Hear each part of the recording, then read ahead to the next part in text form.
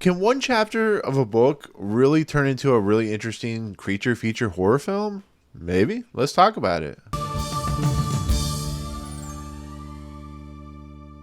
What's going on, everyone? Welcome to Movie Emporium's movie review of The Last Voyage of the Demeter, the newest film from André Øvredal. So in the world of Dracula, there was a story about the Demeter. It was a one-chapter story. It was about the crew of this ship called the Demeter, who basically transported cargo from Romania to London, and in the process disappeared in the sailing from those two locations. Well, what ended up happening ended up becoming a mystery, but as we learned in the book, it may have been more supernatural or more demonic than we, of course, know. But this story, of course, is based off the Dracula Bram Stoker story. It's a story, of course, about a vampire, a undead individual who basically traveled from Romania and kind of took over London. And of course, you know about Harker, and you know about all these characters from this story. But the Last Voyage of the Demeter is that one chapter that is a captain's log of just kind of dates and times about what exactly happened on this voyage of this ship, I guess is the easiest way to put it. And it's a film that stars Liam Cunningham and, of course, Corey Hawkins and David Dastmalchian. And, yeah, it's a 2-hour adaptation of that one chapter is the easiest, honest way to put what the story is about.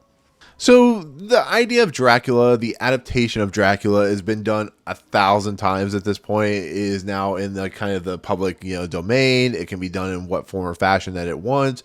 But the idea of adapting one chapter into a full-length movie, a 2-hour movie, is interesting, to be fairly honest. It's not like on the most unheard of thing before, but it's a very interesting thing, especially how it's been adapted from this log of a story where you have like different times and dates and it tells you exactly what happened.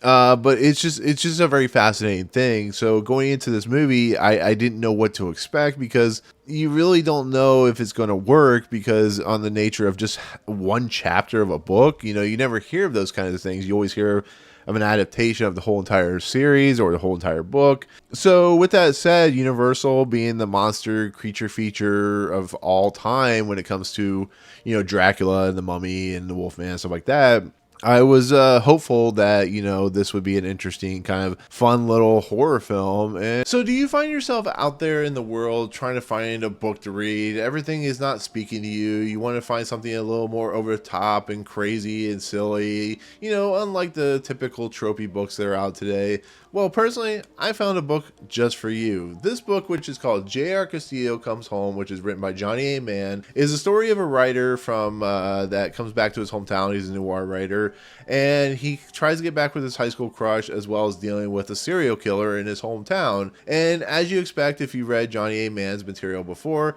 it's over the top, it's silly, it's graphic, and it's a lot of fun because there's a lot of heart and inventiveness put into it. But it's also a book that, is unique for its own right, and it's a book that I definitely recommend. If you read anything else that he's written, it's something that you might find fun, you might find entertaining, and I highly recommend it. So, definitely check it out. It's currently on Barnes & Noble's online retail store. But once again, that is J.R. Castillo Comes Home, which is written once again by Johnny A. Mann.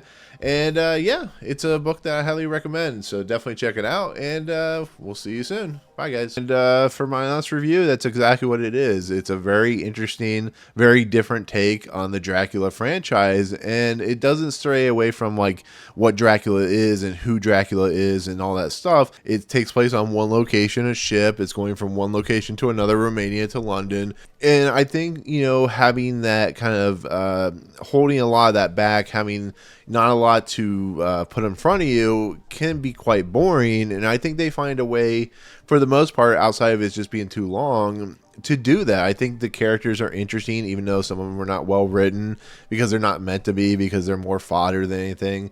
I think the idea of having Corey Hawkins be a doctor is really interesting. It really works to full effect. I think the fact that, if this movie was like a sub $100 million movie, most of the stuff was put into the visual effects. And even if the visual effects were bad, the idea of allowing the fact that Dracula only comes out at night having a lot of fog, rain, anything they can do to mask like any problems with the CGI and visuals of Dracula himself, because he's a visual character when it comes to CGI in this movie.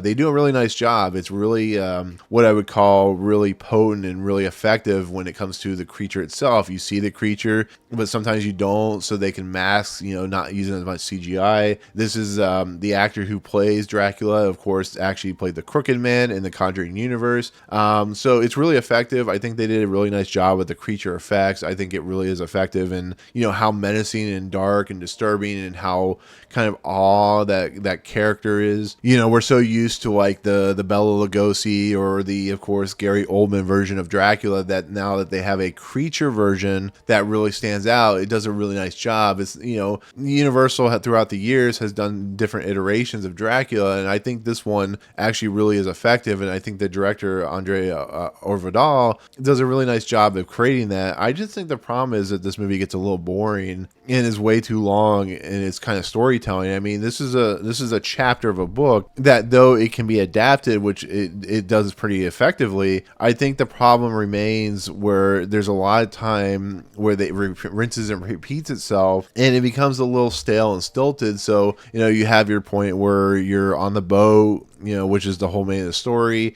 and sometimes Dracula will attack you, and then, a lot of times they're trying to figure out what the problem.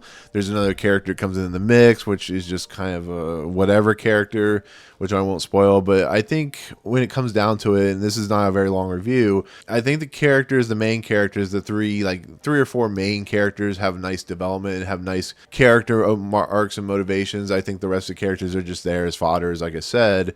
But I think overall, I think it's a movie that is really potent, is really gory, is a good creature feature, and was actually quite a surprise for something I didn't know if it was even going to work, and it does a pretty nice job. I think the director and the writers and the crew do a nice job of creating the Demeter, of creating the captain's log that it runs through as like kind of a small narration, and kind of the lead up and set up. And once again, the Dracula character is pretty well realized and pretty nicely visualized. So I was shocked. It's not like my top 10 of the year or anything like that, but I think if you're wondering if this is a movie you should watch, I think it's a pretty decent creature feature film. I really do. I think it's one of the better Dracula adaptations, and I don't expect like a sequel or anything, but I think what they were able to accomplish, it could have been a little bit shorter, but for the most part, there's nothing really kind of bad about this movie. It's just an entertaining horror film with a lot of interesting ideas and concepts that were adapted from the very famous Bram Stoker book. So